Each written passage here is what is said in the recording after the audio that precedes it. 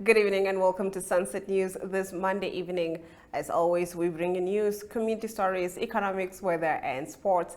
I am Glenora Shipura. Getting into the news tonight, Government Institutions Pension Fund Communications Manager Edwin Shiramba says the fund will open a new office in Otapi in the Musati region to serve its members in the north. This morning, the GIPF will inaugurate its newest office in the Musati region in Otapi. The event will be officiated by the governor of the region, the mayor of the town, and also by the vice chairperson of the board of trustees of the fund. All stakeholders will be in attendance, and we invite you all to be here. This is one way of us bringing the services of the fund closer to its members.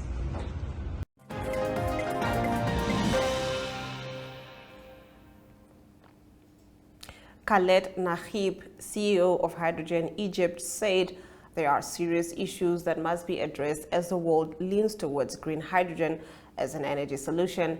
This, he said, includes the availability and quality of distribution grids on the African continent and the storage capacity for green ammonia. He is one of the panelists on the topic Hydrogen Energy Strategic Concepts to Commercial Projects, which forms part of the Atom Expo 2024 taking place in Sochi, Russia.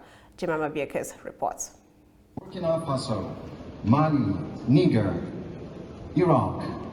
Мы отмечаем особое привилегированное участие в нашем форуме представителей африканского континента. Именно там сегодня кроется огромный потенциал развития не только энергетики, не только промышленности, но и всей цивилизации нашей планеты. Of special privilege is the participation for us of the African continent countries, and there's a great potential that highs in Africa in the terms of developing energy and power sector, in developing industry, in general moving forward in its development. У нашего Атомэкспо еще одно отличие. Это первый полностью безуглеродный форум. Все источники энергии форума являются зелеными. There's another difference vis-à-vis all other previous Atom Expo forums, as opposed to this year's forum. This year's forum is 100% carbon-free forum. So the power used to generate energy to power it is 100% carbon-free. Девиз нашего форума – чистая энергия, создавая будущее вместе. И ключевыми являются два слова – будущее и вместе. This year's Atom Expo forum is entitled Clean Energy, Creating the Future Together. And there are two key words here. One is being the future, and the second being together. Мы вместе с вами обсудим четвертое поколение атомной энергии, поговорим о термоядре, поговорим о другом вкладе наших технологий в развитие человечества. We're going to speak about Generation 4 technologies, about nuclear fusion, about the contribution of other technologies to developing our sector. И, конечно же, мы будем это делать вместе. Только вместе, со всеми странами, невзирая на государственные границы, можно выстроить чистое экологическое, энергетическое завтра нашей планеты. And we can only do that together, with all the countries included, despite their state borders. It is together that we can build a clean, energy-efficient future. Огромное спасибо всем, кто приехал на форум. Great thanks to all the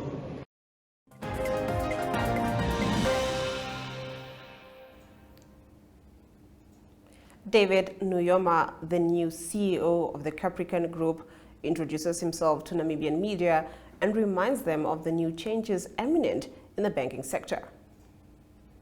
And actually reconnect in a different capacity. I was just being told that my last interview at One Africa, which was live, it was put on YouTube, it was about apparently retirement.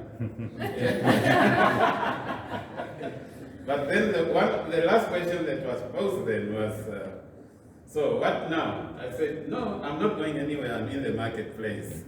And I think I was at Future Media also. And likewise, I said the same thing. And here I am, David, I'm here. So what Capricorn, you know Capricorn, it's perhaps the conglomerate in Namibia.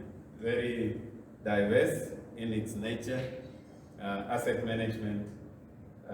People know Capricorn through Ben Windhoek. Obviously, Ben Windhoek was the initial, is the mother company, but we are very much very diverse as far as other countries, especially Botswana, where we have Bank Gaborone. And there we have other entities also, including something called PEO, which is a microfinance facility.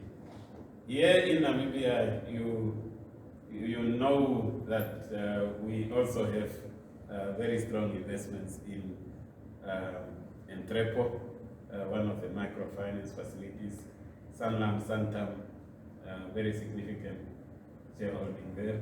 And the new kid on the block, which is perhaps the most exciting, is Paratus.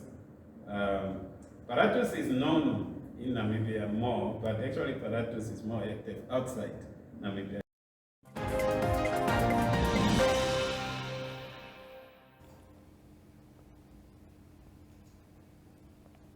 Johan Mare, an alleged pedophile and his ex-police reservist, has pleaded not guilty to all 74 charges against him in the High Court in Windhoek. He is accused of violating and exploiting underage boys, including allegedly casting their penises and using them to create child pornographic material, as well as child trafficking.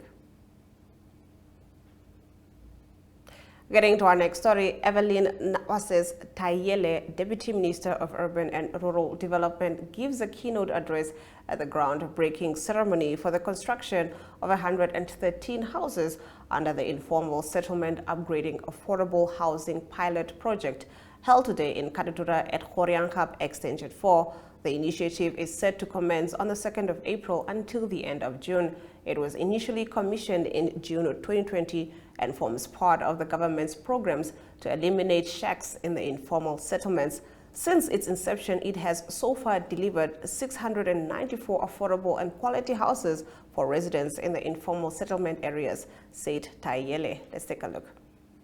I'm delighted to join you this morning to officiate this auspicious occasion where we will launch the official start of the construction of 113 units under the Informal Settlement Upgrading Affordable Housing Pilot Project here in Khoriankab Extension 4. Now I see why the Deputy Chair was just trying to say ISWA. It's such a long name. He was abbreviating the name of the Informal Settlement Upgrading Affordable Housing Pilot Project. Yes, this was commissioned in June 2020. It's a brainchild of the Government of Republic of Namibia through the Ministry of Urban and Rural Development, the Commerce Regional Council, and the National Housing Enterprise, as well as the Windhoek Municipality. Since the inception of this project has been successfully delivered. Since inception, this project has successfully delivered a total of 694 affordable and quality houses for residents of Windhoek's informal settlement areas.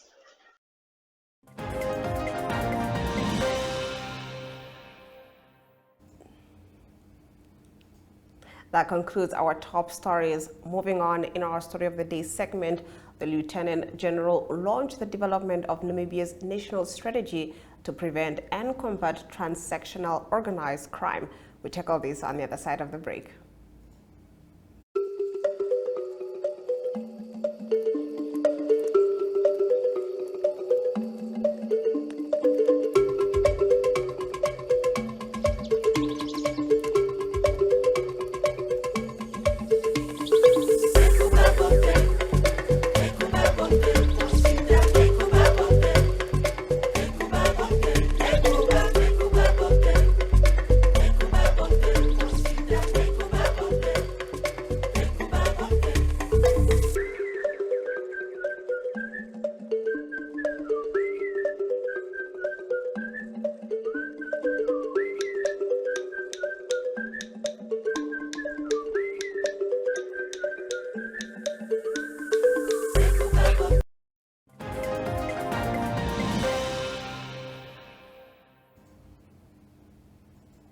Lieutenant General Joseph Shikonga this morning officially launched the development of Namibia's national strategy to prevent and combat transactional organized crime. Namibia is one of the first SADC member states to have shown a willingness to domesticate this strategy. Elizabeth Kiebes reports. Which of course the Namibian police Namibia as a country has been engaging for many years, developing quite a number of very important projects. One of them is our 2018, that's actually 2018 national strategy on combating of crime. Ms. Albi has spoken of an assessment, the importance of assessment. And this assessment into any country is very critical and very important, because the assessment will be able to assist you to plan. Because without an assessment of anything, you can't plan anything. And this assessment just came at the right time, because Namibia will require more planning. More particularly following the conclusion of our national census, the preliminary figure which was released by Namibia Statistics Agency that indicates that Namibia has just surpassed the figure of 3 million.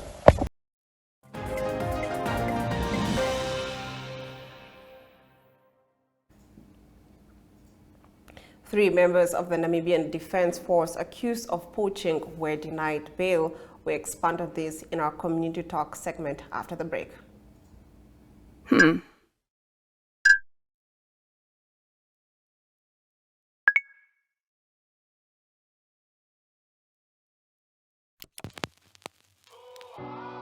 eTicket, your online ticket solution for events and event marketing, bringing you ease of mind and making sure that your event gets out there.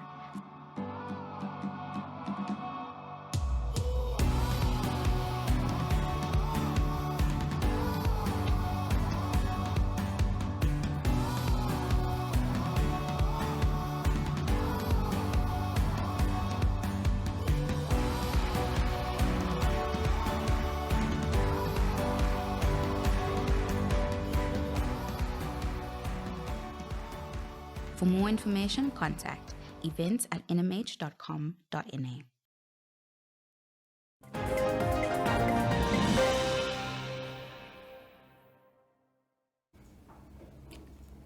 As highlighted before the break, three members of the Namibian Defense Force accused of poaching were denied bail after making their first court appearance in the Runtu Magistrates Court on Monday.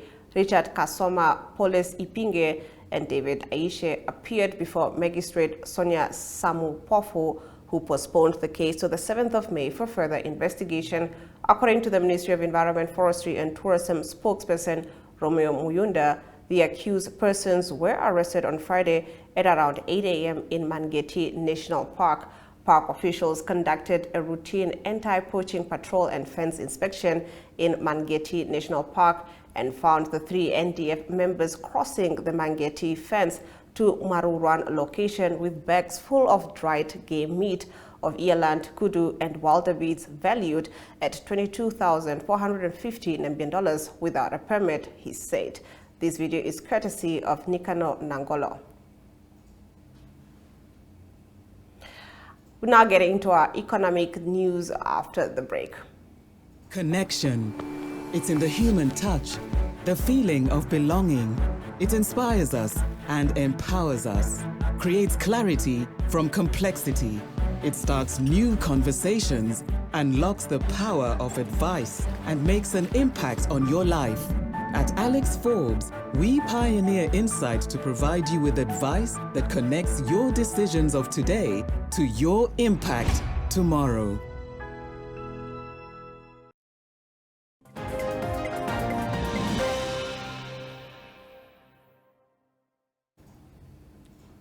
Getting into our economic news, Namibia has been invited to join the International Hydrogen Trade Forum a development which will enable the country to actively contribute to the global collaboration agenda for advancing the green hydrogen ecosystem. The IHTF serves as a pivotal platform for high-level discussions between importing and exporting nations, aimed at fostering the development of global trade corridors for hydrogen and its derivatives. As a forum member, Namibia will participate in the annual ministerial meeting and ministerial CEO roundtable. Namibia recognizes the IHTF as a significant opportunity to enhance its ongoing efforts in scaling up the trade of hydrogen and its derivatives, fostering closer collaboration with partner nations and the private sector to maximize the environmental and socio-economic benefits of hydrogen trade, said Green Hydrogen Commissioner and head of the Namibian Green Hydrogen Program, James Nupé. Nupé further stated that the Namibian Green Hydrogen Program had recently concluded a visit to the International Finance Corporation in Washington, D.C. to discuss the implementation of a world-class strategic environmental and social assessment for identified green hydrogen valleys in Namibia. This collaboration aims to ensure adherence to the IFC performance standards for environmental and social sustainability, facilitating access to capital from IFC, other development finance institutions, and private sector financiers, he said. Let's take a look at our financial indicators. The Namibian dollar trades against the British pound at 23.84, against the euro at 20.47, against the US dollar at 18.90, 2 Namibian dollars and 62 cents gets you 1 Chinese yuan.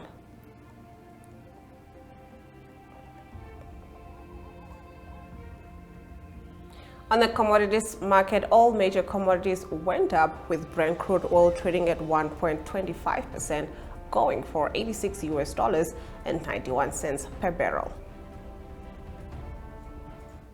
In international news, EU to investigate Apple, Google, Meta for potential Digital Market Act breaches. We get into this on the other side of the break.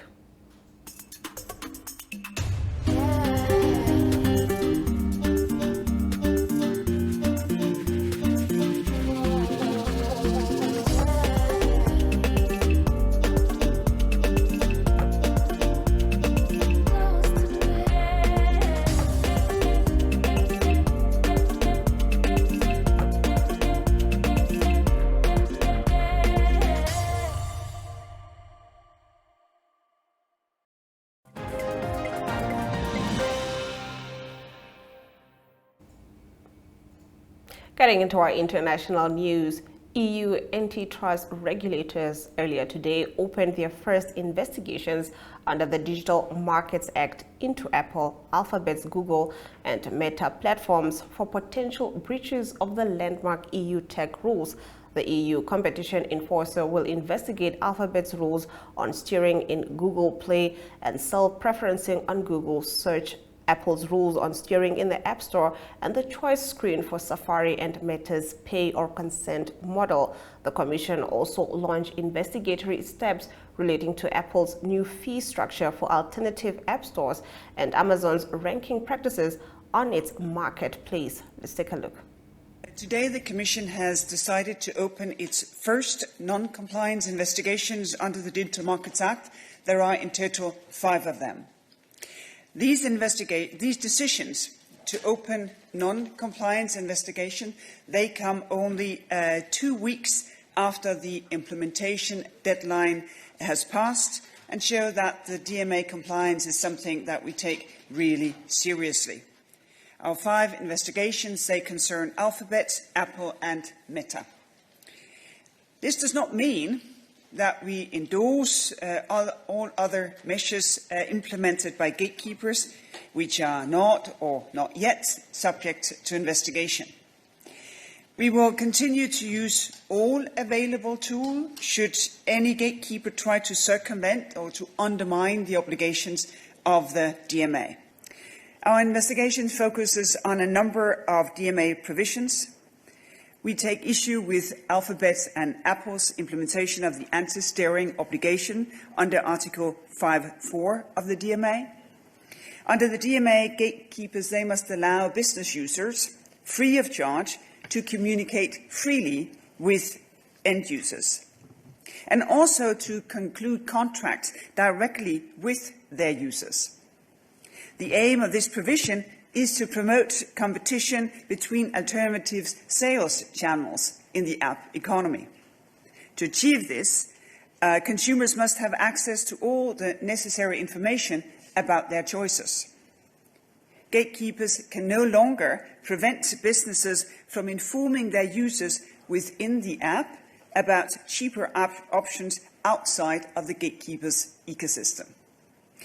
That is called anti-steering and is now forbidden by law. There are in particular two other areas where we are currently digging further and we may have to open, we'll see, other non-compliance cases soon. The first one that we are currently checking is Amazon. We are now in the process to check if Amazon is treating all products on its Amazon store fairly and not favoring its own brand products. The Amazon store has, of course, as we all know, direct impact, not only, of course, on a huge number of sellers, retailers and service providers, but also on millions and millions of customers.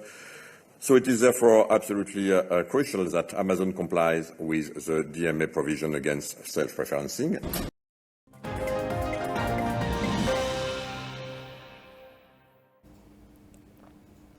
Let's take a look at our weather predictions across the country. Enana Oshakati, Ruakana, Kobabes, Ventuk, Omaruru, Oshuarongo, and Tsumeb can all expect some showers. Katima Mulilo and Rundu can expect partly cloudy conditions. Katima Mulilo can expect a minimum of 17 degrees Celsius and a maximum of 34 degrees Celsius, while Oshakati can expect a minimum of 22 degrees Celsius and a maximum of 33 degrees Celsius. Hadis Bay can expect a minimum of 16 degrees Celsius and a maximum of 20 degrees Celsius. Rehoboth, Marienthal, Ariansvlei, and Aranos, along with Keetmanshoop, can expect some showers. Rehoboth can expect a minimum of 18 degrees Celsius and a maximum of 24 degrees Celsius. After the break, Ari Hohat will come back. Ari Hohat will tell us the sports news. Connection. It's in the human touch. The feeling of belonging. It inspires us and empowers us, creates clarity from complexity. It starts new conversations, unlocks the power of advice, and makes an impact on your life. At Alex Forbes, we pioneer insight to provide you with advice that connects your decisions of today to your impact tomorrow.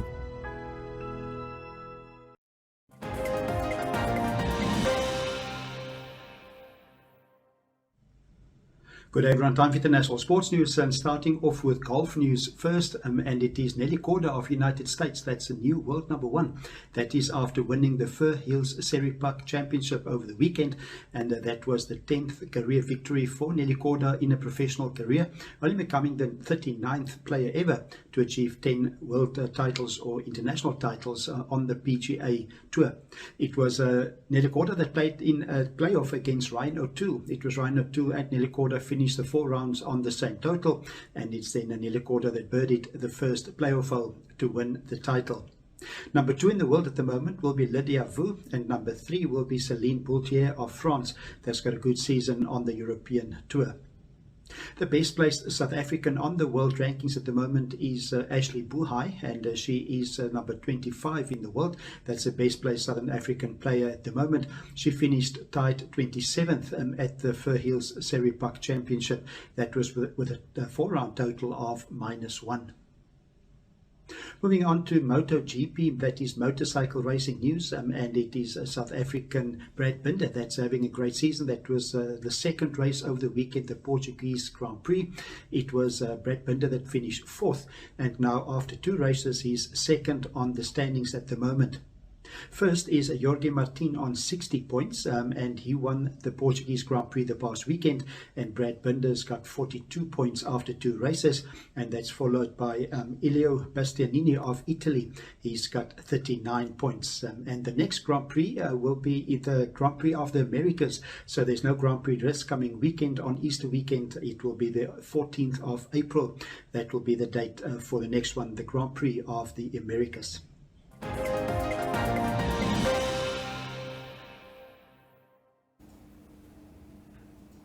And with that, we've come to the end of the broadcast. Do remember that Sunset News screens on DSTV channel 285 and GoTV channel 25 every weekday and Sundays from 7:30 p.m. to 8 p.m. I am Glenora Shipura, and this has been Sunset News. Don't end the day without us.